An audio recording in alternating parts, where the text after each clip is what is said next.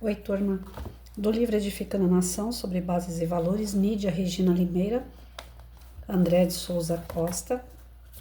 No 11º texto, A Verdade que Liberta, no chamado A Coragem, Tassos Licurgo.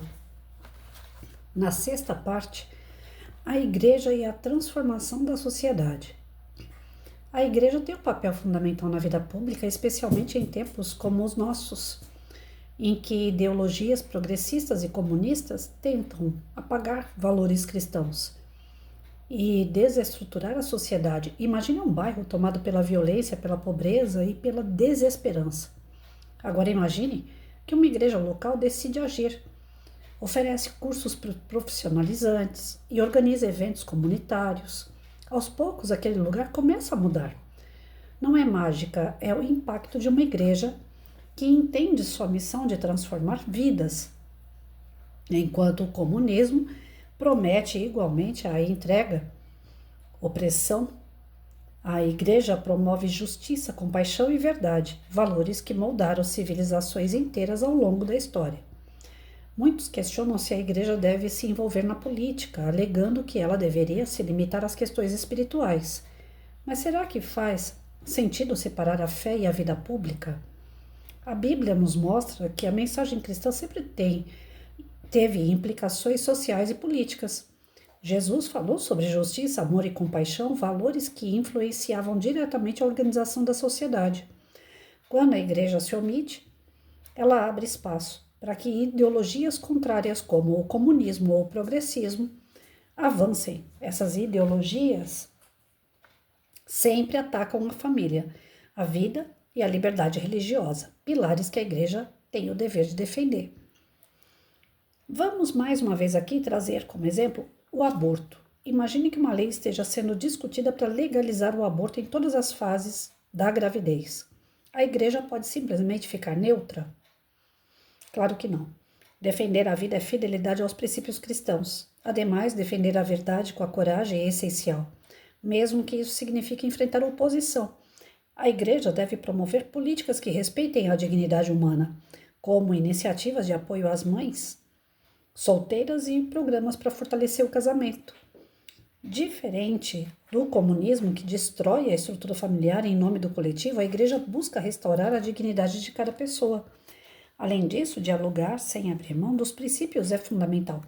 Estar disposto a conversar com quem pensa diferente não significa ceder à mentira. Os valores da Igreja justifica paixão e verdade. São inegociáveis. A justiça exige que a igreja seja a voz dos que não têm voz, a exemplo dos nascituros. Além disso, muitas igrejas, por exemplo, oferecem abrigos para moradores de rua ou ajudam na recuperação de dependentes químicos. Isso mostra que a justiça não é apenas um conceito abstrato, mas algo que se vive no dia a dia. A compaixão cristã vai além de uma caridade momentânea. Enquanto o progressismo prega uma falsa compaixão que destrói a moralidade, como no caso da ideologia de gênero, a igreja oferece uma compaixão verdadeira que acolhe e restaura. Por exemplo, em vez de incentivar adolescentes a escolherem seu gênero, a igreja pode oferecer apoio emocional e espiritual para ajudá-los a encontrar sua verdadeira identidade em Cristo. A verdade também é um compromisso negociável. Em um mundo onde a mentira e a desinformação correm soltas, a igreja tem o dever de ser um farol. Isso inclui denunciar as falácias do comunismo, que promete igualdade, mas entrega opressão, que prega liberdade, mas aprisiona as pessoas e suas paixões desordenadas. A história nos mostra que o comunismo é a antítese dos valores cristãos, de maneira que não tenho dúvida em afirmar que o comunismo é uma ideologia do Satanás. Regimes como o de Stalin, Mao e Pol Pot perseguiram igrejas, destruíram famílias e causaram milhões de mortes. Enquanto o comunismo tenta apagar Deus da sociedade, a igreja continua a crescer, mesmo em lugares onde é perseguida, como a China. Não nos esqueçamos de que, na era digital, a igreja tem uma oportunidade única de comunicar seus valores de forma clara e eficaz. As redes sociais permitem que uma mensagem alcance milhões em segundos, mas isso exige sabedoria. A mensagem deve ser firme, mas acolhedora. Usar exemplos práticos, ajuda a mostrar como os valores cristãos impactam a vida real. Por exemplo, uma igreja pode criar vídeos curtos explicando por que a defesa da vida é importante, contando histórias reais de mães que decidiram não abortar e encontrar apoio na comunidade cristã. Estratégia é essencial para alcançar públicos diferentes e combater as narrativas progressistas que tentam desmoralizar a fé cristã. É bem verdade que um grande desafio interno da igreja é a divisão entre os próprios cristãos. Enquanto brigamos sobre questões secundárias, o mundo avança com agendas que vão contra tudo o que acreditamos. A unidade é essencial para a igreja ter uma voz forte na sociedade. Isso não significa concordar em tudo, mas focar no que é essencial: a defesa da vida, da família, da liberdade e da verdade. Igrejas de diferentes denominações podem se unir em campanhas pró-vida ou contra a legalização das drogas, mostrando que, apesar das diferenças, há um compromisso comum com valores cristãos. Fato é que a igreja não foi chamada para agradar o mundo, mas transformá-lo. Isso significa que muitas vezes ela será atacada, ridicularizada e até perseguida. Mas não podemos recuar. Nosso papel é ser uma luz em meio às trevas, mesmo quando isso incomoda. Por exemplo, quando uma escola pública tenta implementar materiais que promovem a ideologia de gênero, a igreja pode mobilizar pais e educadores para questionar essas políticas e propor alternativas baseadas na verdade. O papel da igreja na vida pública é vital. Não podemos nos dar ao luxo de ficar em silêncio enquanto o comunismo tenta destruir os alicerces da sociedade. Nossa missão é clara: defender a justiça, a compaixão e a verdade. Enquanto proclamamos o Evangelho de Cristo, isso exige coragem, estratégia e fé.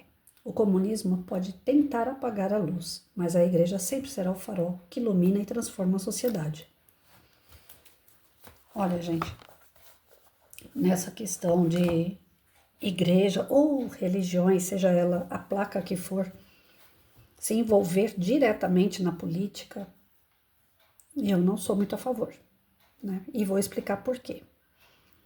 A igreja ou qualquer placa envolvida na política, nós já vimos isso antes, lá na Idade Média, o que deu, né? Igreja e Estado se uniram.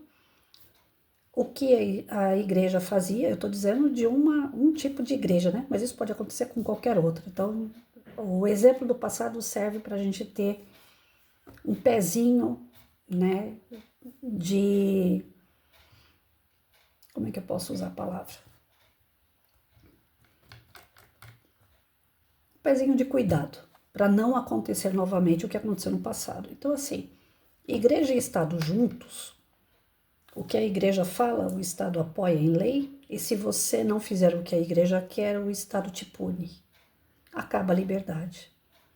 Então, nos moldes antigos, aconteceu isso, que foi a Era das Trevas, na Era Medieval. A igreja tinha total poder e apoio do Estado e lançou mão da Inquisição para aqueles que falavam mal ou criticavam a igreja, questionavam a igreja. Teve as cruzadas, que matou milhares de pessoas em nome da igreja. Então, assim, é um campo um pouco perigoso de apoiar totalmente. Agora, nos moldes de hoje, se a gente tivesse a garantia que a igreja vai ficar no meio da sociedade, de uma comunidade, para trabalhar em prol daquela comunidade, ouvindo as coisas que acontecem nas famílias, e tentando achar de fato uma solução dentro do Evangelho do Cristo para essas famílias, eu daria total apoio. Total apoio. Porque Jesus é o caminho, a verdade e a vida. Nós podemos ter outros amigos de outras religiões, de outras placas, que são similares a Jesus. Espíritos mais elevados, que também podem servir de exemplo para ser seguido. Então eu não vou ficar aqui falando de Cristo apenas, porque a gente sabe que outras religiões têm lá os seus representantes também mais elevados. Então nós moramos num país onde grande parte é católico, tem espíritas, tem umbandistas, que são espiritualistas, tem candomblecistas, tem hinduístas e assim por diante. Então, sabendo que nosso país tem uma série de religiões, se eu falar siga somente a igreja, eu estaria discriminando os demais. Então, por isso que é um assunto muito delicado. Nós devemos seguir as religiões às quais nós nos sentimos bem. Então, Mike, ele tá aqui comendo pipoca comigo, gente. Cadê você? Aí. Então, assim, nós podemos dizer que qualquer tipo de religião, ela pode ajudar a sociedade, a comunidade a se desenvolver de uma forma mais razoável. Porque no final das contas as religiões acabam indo para o mesmo lugar, né? O nosso Criador. E não independe do caminho que a gente for tomar.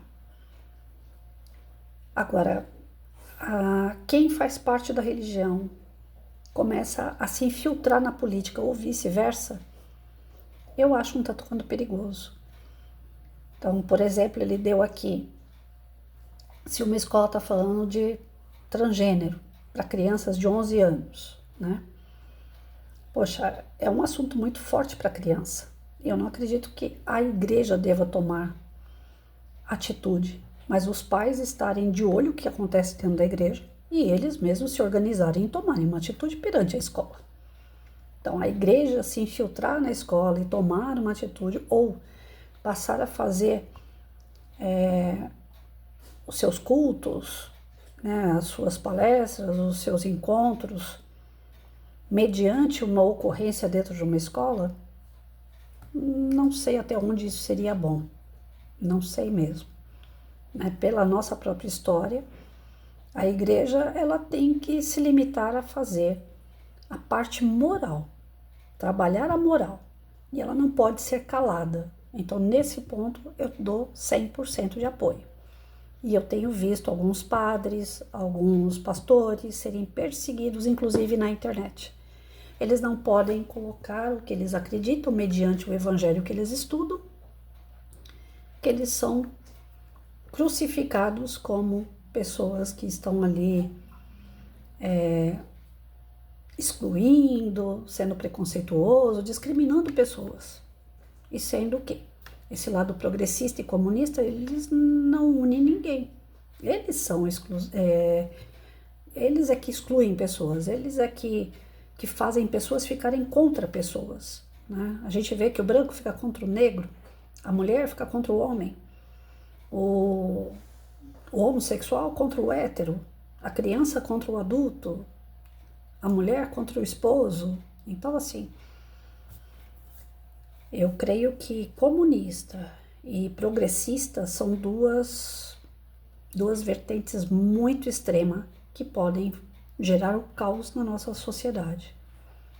Para ser contido tudo isso, tem que ter políticos que tenham uma boa fala, uma boa atitude, que tenham uma conduta reta e que mude toda essa situação. E não buscar isso dentro da igreja.